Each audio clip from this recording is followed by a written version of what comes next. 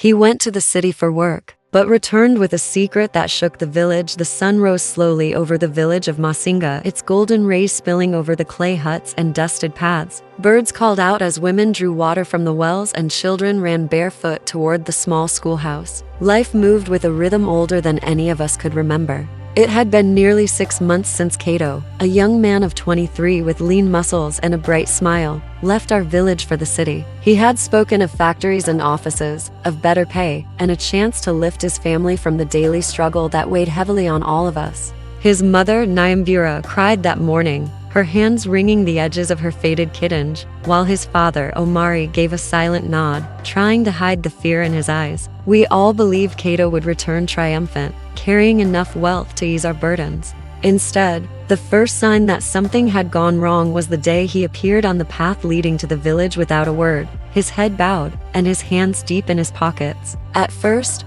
we thought perhaps he was tired from the journey. His eyes, however, told a different story. They were hollow, like the soil of the dry season, heavy and without life. Rumors spread quickly, as they always do. Some said he had been beaten by thieves on the road. Others whispered that he had taken bad debts from the city. His younger sister, Amani, ran to him, expecting a hug, and he barely lifted a hand to pat her head. The neighbors watched from behind woven fences, unsure whether to approach or wait for an explanation.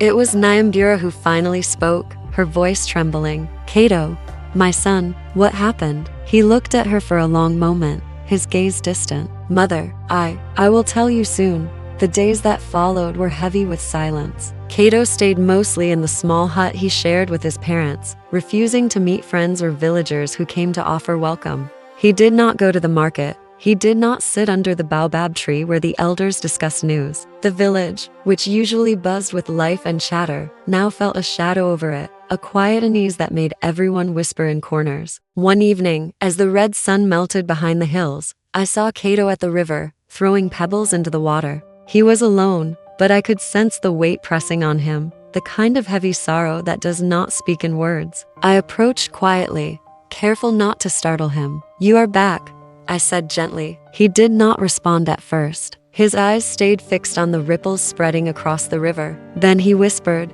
"They took everything, everything I had worked for." The words landed like stones in the stillness. My mind raced. How could this happen? Kato had always been careful. He was smart, he had dreams, but he was not careless. Over the next week, pieces of the story began to emerge. Kato had found work with a company in the city that promised fair wages and long-term employment. He had worked day and night, often skipping meals to meet the demands of his supervisors. But the company was ruthless. They withheld his pay, humiliated him before coworkers, and threatened him when he asked for what was rightfully his. His savings, meant to support his family, had been stolen, manipulated through false accounts and invisible contracts. By the time he returned to the village, he had nothing. It was a bitter truth, and as word spread, the village reacted in varying ways. Some pitied him, others felt anger burning in their chests, and a few whispered that he must have done something wrong to deserve it. Kato, however, remained silent. He would only step out at dawn to fetch water or tend the goats, always returning to the hut without a word. One night, the elders gathered in the central hut. The air was thick with incense and smoke from the cooking fires outside. Omari, Kato's father, spoke with a quiet urgency. "We cannot let this lie in silence. This company, it must be stopped. But we need proof, we need courage, and most of all, we need Kato's voice." At that moment, Kato emerged from the shadows, his face pale but determined. He held a tattered folder in his hands, papers spilling from it. "Father, mother, everyone," he said slowly, "I have evidence. I saw things no one should see, and if we act, we can make them pay, but it will not be easy." The room fell silent. Fear and hope mingled in the air. Outside, the night whispered through the trees, carrying the sounds of crickets and distant howls. Kato's story was about to unfold, and the village knew that life, as we had always known it, was about to change. And then he paused,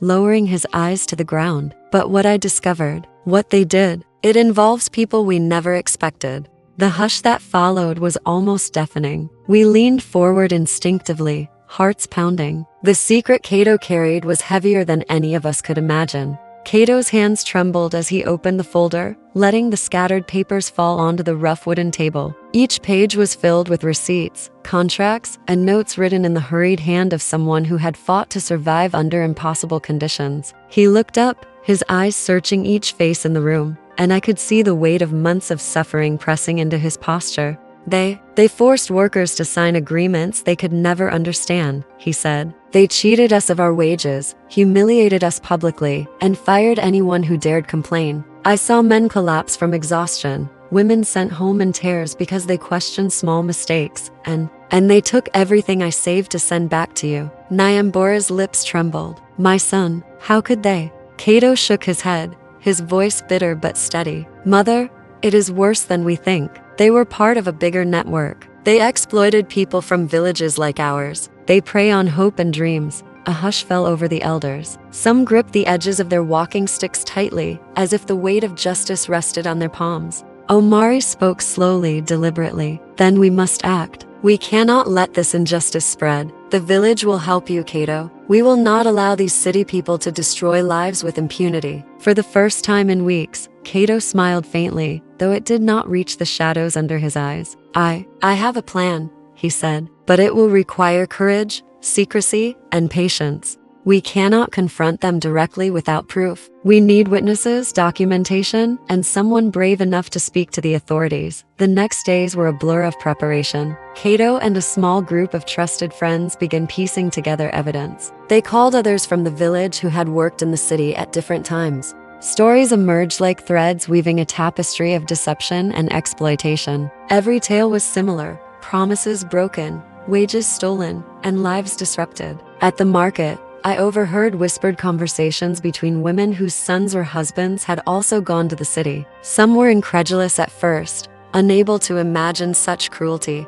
Others shook their heads slowly, fear and resignation etched into their faces. It is not just Kato, one woman said quietly. We all knew someone who left for work and never returned the same. But who would listen to a poor villager against the city? Kato worked quietly, avoiding the main paths to the village center. He would meet people at dawn near the river or in the shade of tall mango trees. Each meeting revealed a new layer of corruption, and slowly, a network of evidence took shape. The community, initially hesitant, began to rally. People offered information, contacts, and moral support. Even those who had doubted Kato's story started to believe in the possibility of justice. Then came the night when everything changed. A young man named Jabari, who had worked in the city months before Kato, returned unexpectedly. He carried letters, photographs, and names, proof that the company's reach was wider than any of us had imagined. The two young men sat in the dim light of the fire, whispering urgently. I watched from the corner,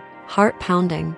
They cannot escape now, Kato said quietly, determination sharpening his voice. The evidence is enough. If we go together, speak together, nothing they do will hide the truth. But even as hope surged through the village, fear settled in the chest of every elder. What would happen if the company retaliated? Could outsiders harm the villagers? Omari placed a hand on Kato's shoulder. We face danger, my son, but sometimes the weight of rightness is heavier than fear. We will stand with you. That night, Kato could not sleep. He walked outside, past the huts and the quiet wells, staring at the stars above. The moon reflected on the river, and he whispered to the night air, I will not fail, not now, not ever. By dawn, the village was stirring, unaware of the tension that had wrapped itself around Kato and the elders. Children ran to the well, women carried baskets to the market, and the roosters crowed as if nothing had changed. But everything had changed. The plan to confront the company was set into motion.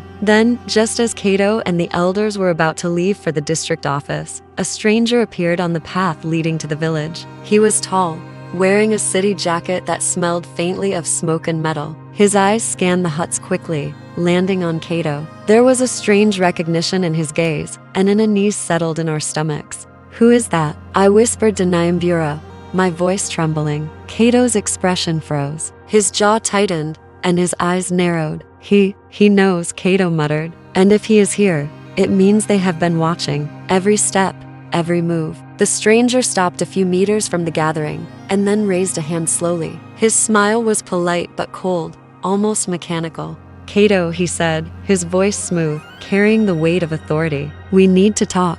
Alone, the village fell silent. Mothers clutched their children. The elders exchanged worried glances. Even the wind seemed to pause, as if holding its breath. Kato's hand tightened around the folder in his pocket, the papers crumpling under the pressure of his grip. And then he took a deep breath and walked toward the stranger, every step heavy with tension, knowing that whatever happened next could change the village forever. Kato's steps were slow, deliberate, yet each one felt heavier than the last. The stranger's eyes followed him like a hawk circling prey. I watched from the edge of the path, my heart pounding, unsure whether to call out or stay hidden. The villagers, sensing the tension, paused mid-task, holding their breath as if the air itself had grown thick. The stranger finally spoke, his voice calm but edged with a warning. Kato, you must understand. We are not here to harm you. We only want clarity. You have stirred trouble in ways you cannot imagine. Kato stopped, facing him fully for the first time. The folder in his hand was clenched tightly against his chest. Clarity? He repeated, voice firm. You stole wages. You humiliated workers. You cheated people from my village and others. Clarity? You will answer for everything. The stranger's smile tightened. Careful, young man. This is bigger than your village. What you know could ruin many lives if spoken recklessly. Think before you act. Kato's jaw hardened. I have thought, and I have suffered, but I am not alone. The village knows. Witnesses are ready. And if justice requires speaking the truth to those who fear it, I will do so. The stranger's eyes flickered with something darker than anger, something calculated. He stepped closer, lowering his voice. You don't understand the world you are challenging. We have influence, power. If you go to authorities, there will be consequences for you and those you care about. Kato stood silently for a moment, letting the weight of the threat settle. Then, he lifted his head, eyes bright with defiance. I am not afraid. Fear keeps people trapped, silent, and exploited. I will not allow that to happen here. Not in my village. Not to anyone I love. The stranger paused, studying Kato with a measured gaze. Then, without another word, he turned and walked away, leaving a cold tension behind. The villagers slowly exhaled as Kato returned, shaking slightly but resolute. The next morning, the village gathered at the community hall. Kato, with the elders' guidance, began the process of compiling everything he had learned. The room was alive with murmurs and cautious optimism. People brought letters, receipts, and testimonies. Each piece added weight to Kato's story. Even Amani, Kato's younger sister, joined in. She had been quietly observing and helping, making copies of documents, and speaking with other villagers who had relatives working in the city. The collective effort built momentum that neither Kato nor the elders had anticipated. By midday, a detailed record of the company's exploitation existed. Names of workers, accounts of abuse, and evidence of stolen wages were laid bare. It was meticulous, undeniable, and horrifying.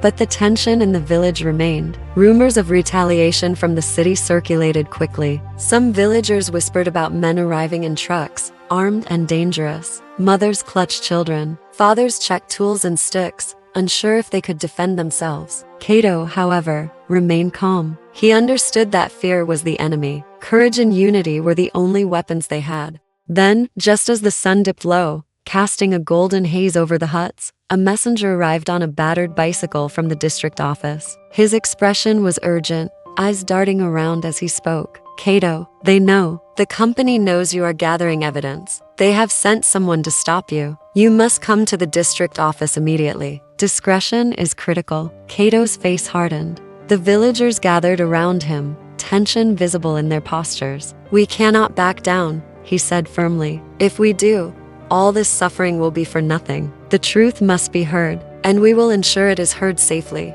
That night, Kato prepared to leave for the district office. The elders had arranged for a discreet escort, ensuring that villagers could continue their lives without fear while Kato confronted the forces beyond the village. The fireflies glowed along the path, tiny sparks against the dark, and the night was filled with an almost palpable anticipation. Just as Kato mounted the small motorbike borrowed from the village mechanic, a sudden shout pierced the air. From behind a cluster of trees, a group of men appeared, moving swiftly. They wore jackets similar to the city's strangers. The glow of their flashlights cut through the darkness, and one man raised a hand, signaling him to stop. Kato froze for a heartbeat. the folder in his jacket pressing against his chest. The village seemed to hold its breath. Every eye, every ear, every heartbeat was tuned to the approaching confrontation. And then, one of the men stepped forward, pulling back a hood to reveal a familiar face. It was Jabari, the same man who had helped Kato gather evidence. But his expression was conflicted, almost fearful. "Kato, I tried to warn you. They know more than we thought. You have to trust me." Now, Kato's mind raced. Was Jabari here to help? Or had he been compromised? The moment stretched, tense and brittle, as the night wind whispered through the village. Decisions had to be made in an instant, but the weight of the village, the evidence, and the truth rested squarely on Kato's shoulders. Kato's eyes never left Jabari's face. The night air was thick with tension, the only sound the rustling of leaves and distant crickets. He took a slow step forward, keeping the folder pressed against his chest. "Jabari, if you've betrayed me, it's over. If you're here to help, we have to move, now." Jabari swallowed hard. "I'm here to help," he said, voice low. "But you must follow me exactly. They have men watching every road out of the village. We have one chance to reach the district office without alerting them." Kato nodded. He mounted the motorbike, his hands steady despite the fear gnawing at his stomach. Jabari ran beside him, guiding him through hidden paths and narrow trails that wound between huts, over streams, and beneath the shadows of tall mango trees. Every step, every turn, felt like a dance with danger. The village behind them was silent, unaware of the peril Kato faced. Even Omari and the elders had stayed behind, trusting in Kato's courage and Jabari's guidance. The moonlight reflected off the river where they passed, creating illusions of movement, shadows that seemed larger than life. Kato felt the weight of the village, of every family he had grown up with, pressing on his shoulders. Hours passed. The city lights loomed faintly in the distance. Kato's mind raced with the company's crimes, the humiliation, the stolen wages. He thought of the men and women who had suffered quietly, of families broken by the greed of people who never knew our villages, our customs, or the value of honest labor. He knew this confrontation would decide more than his own fate. At the district office, Kato and Jabari presented the evidence to officials. The room was stark and cold compared to the warmth of the village. Government officers shuffled papers, read documents, and questioned witnesses. Kato spoke calmly, describing what had happened, every detail precise, every injustice accounted for. Jabari backed him up, recounting events with honesty, while Kato handed over the photographs, letters, and contracts that proved the company's exploitation. By the time the sun rose, the officials had acted. Arrest warrants were issued. Investigations began immediately. The company could not deny the evidence, nor the network of testimony that had been carefully documented. Kato had not only preserved his own dignity but had become the voice of countless others who had suffered in silence. When Kato returned to the village, the mood was different. The air felt lighter. People emerged from huts and fields, rushing to greet him. Nyambura ran to him, tears streaming down her face, and held him tight. Omari rested a hand on his shoulder, pride shining through his worried eyes. "You did not just fight for yourself, Kato," he said quietly. "You fought for all of us." The villagers gathered that evening around the central fire. Kato shared the story of what had happened, of the company's crimes, and the dangers they had faced. The children listened wide-eyed. The elders nodded solemnly, acknowledging the courage it took to face forces far beyond the village. For the first time in months, laughter and conversation returned to the paths and huts. Months later, the company's leaders were arrested. Some employees who had been complicit were tried and punished. Others were forced to make restitution to those they had wronged. Kato became a symbol of resistance and courage, a reminder that even small villages could challenge great injustice when people stood together. Yet, Kato never sought wealth or fame. He returned to tending the fields, helping neighbors, and teaching younger villagers the value of perseverance, honesty, and courage. His folder, once crumpled and heavy, rested safely in the village hall, a testament to the strength of truth. And sometimes, in the quiet of the night, Kato would sit by the river, gazing at the moonlight reflecting on the water. He would remember the city, the threats, and the fear. But he would also remember the voices of the village, the support of his family, and the unshakable truth that had guided him. The moral of Kato's journey spread beyond Masinga. People from nearby villages came to hear his story, learning that courage was not the absence of fear, but the choice to act despite it. And in every household, every field, every path. The story reminded us that exploitation could be faced, injustice could be challenged, and the strength of a community could turn despair into hope. The village had changed, as all villages do after great trials. But it had changed for the better. Kato's secret had shaken Masinga, yes, but it had also awakened it. And that awakening, more than anything else, was the true victory. The night ended with a quiet celebration. Drums played softly in the distance. Children danced under the stars. Elders shared stories of resilience. And Kato, sitting quietly by the fire, allowed himself a rare smile. His journey had begun with suffering, but it ended with justice, community, and the enduring strength of truth. The village slept peacefully that night, knowing that no matter how far someone went, or what secrets they carried, the bonds of family, community, and courage could overcome even the darkest shadows. And somewhere in the distance, the city that had once held only fear seemed smaller, powerless, and insignificant against the power of a united village. The story of Kato would be told for generations, a living reminder that no secret,